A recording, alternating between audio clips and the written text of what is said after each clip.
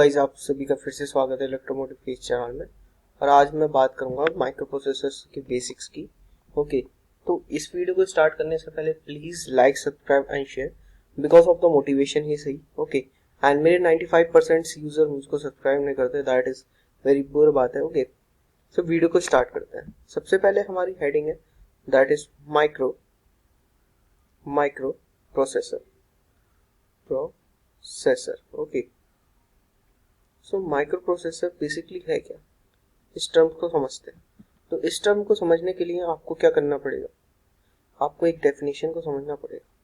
Definition ये है, the microprocessor is a programmable integrated device that has the computing and decision making capability similar to that the central processing unit. थोड़ा सा मैंने जल्दी बोला, fast बोला, समझ में नहीं आया होगा, तो मैं इसको लिख देता हूँ इस टर्म्स को, that is the micro processor. So micro processor को आप म्यू पी भी लिख सकते हैं शॉर्ट फॉर्म में। The microprocessor MUP is a programmable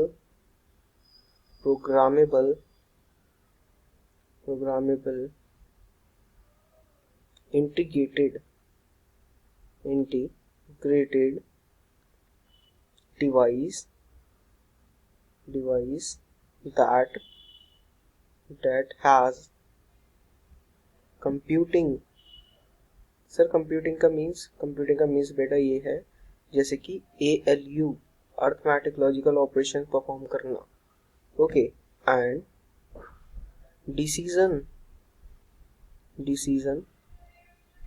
making capability similar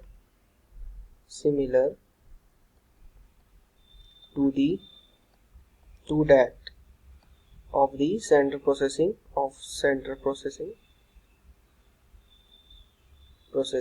unit। Okay, sir ये सेंट्रल प्रोसेसिंग यूनिट क्या होती है बेटा? सेंट्रल प्रोसेसिंग यूनिट कंप्यूटर के अंदर होती है। ओके, इसका यूज हम करते हैं ALU अर्थमेटिक लॉजिकल प्रोग्रामिंग के लिए and many of others decision making। Okay, तो माइक्रो प्रोसेसर क्या है? Micro processor is a programmable integrated device that has the computing, ALU and decision making capability similar to that the central processing unit। okay, that is CPU। okay, तो इसका comparison आप CPU से कर रहे हैं। Okay, and जब आप इसको तोड़ेंगे मीन्स ऑफ दैट माइक्रो को अलग करेंगे एंड प्लस प्रोसेसर को अलग करेंगे, processor that is micro processor.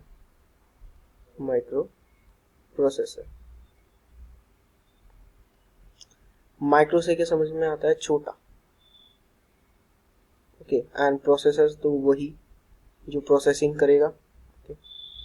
Processing करने वाला यंत्र कह सकते हैं, कुछ भी कह सकते हैं एक्सेट्रा। ओके, एंड बेसिकली क्या कह सकते हैं इसको, और कह सकते हैं इट्स बार ऑफ चिप है सर। ये किसकी चिप है सर? ये सेमीकंडक्टर की, सेमीकंडक्टर। ओके सर, सेमीकंडक्टर क्या? सेमीकंडक्टर सिलिकॉन या जर्मेनियम, दैट इज ऐसा ही है। ओके, सिलिकॉन या जर्मेनियम से बनी हुई होती है। ओके, जनरली हम सिलिकॉन का ज़्यादा यूज़ करते हैं। ओके, और क्या कह सकते हैं सर माइक्रो प्रोसेसर को? ये सबसे इम्पोर्टेंट पॉइंट है जो मैं आपको बता रहा हूँ।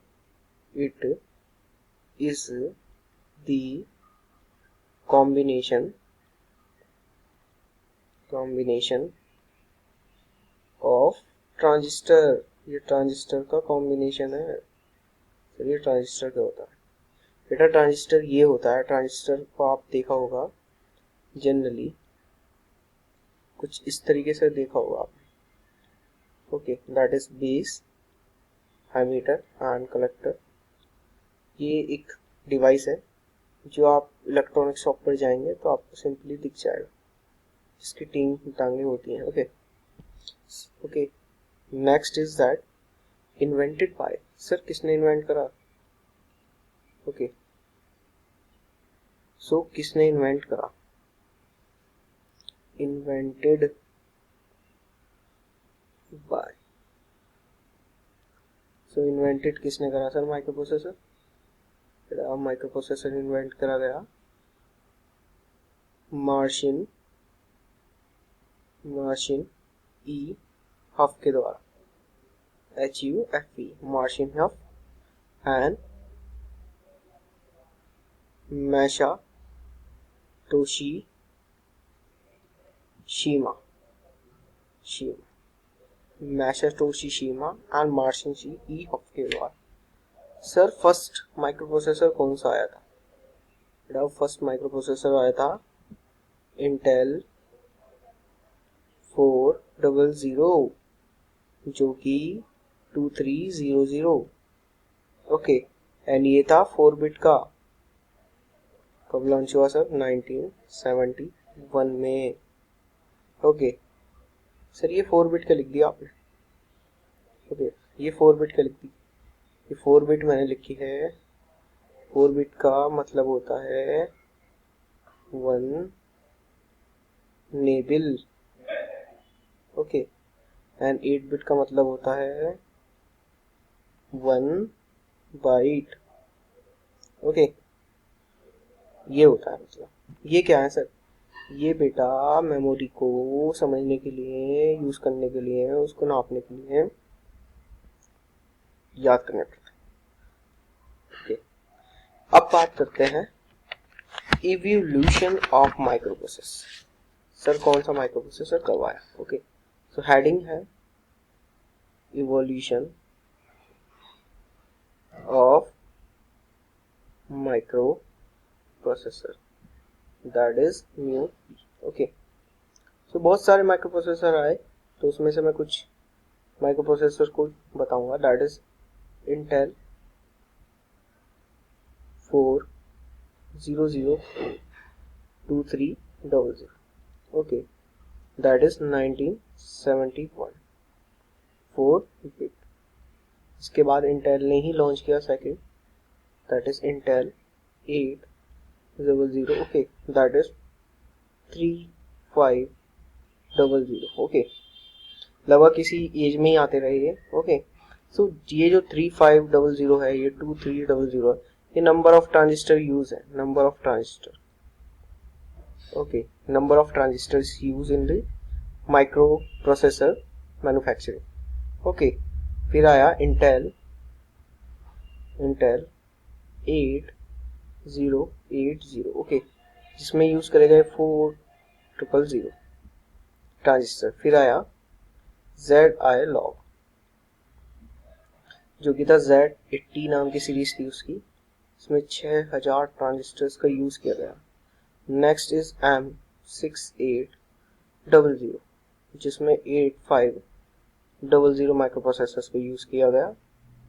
फिर नई सीरीज लॉन्च हुई, दैट इज इंटेल 8085 एंड 8086। सबसे कॉम्प्लेक्स उस टाइम के सबसे अच्छे माइक्रो प्रोसेसर्स थे। 8086 ये थे 29,000 ट्रांजिस्टर्स का यूज करके बनाए गए, और ये 8 बिट के थे। ओके, एंड फिर आया M series, that is 6800 and इसमें यूज हुए 6800 ही ट्रांजिस्टर।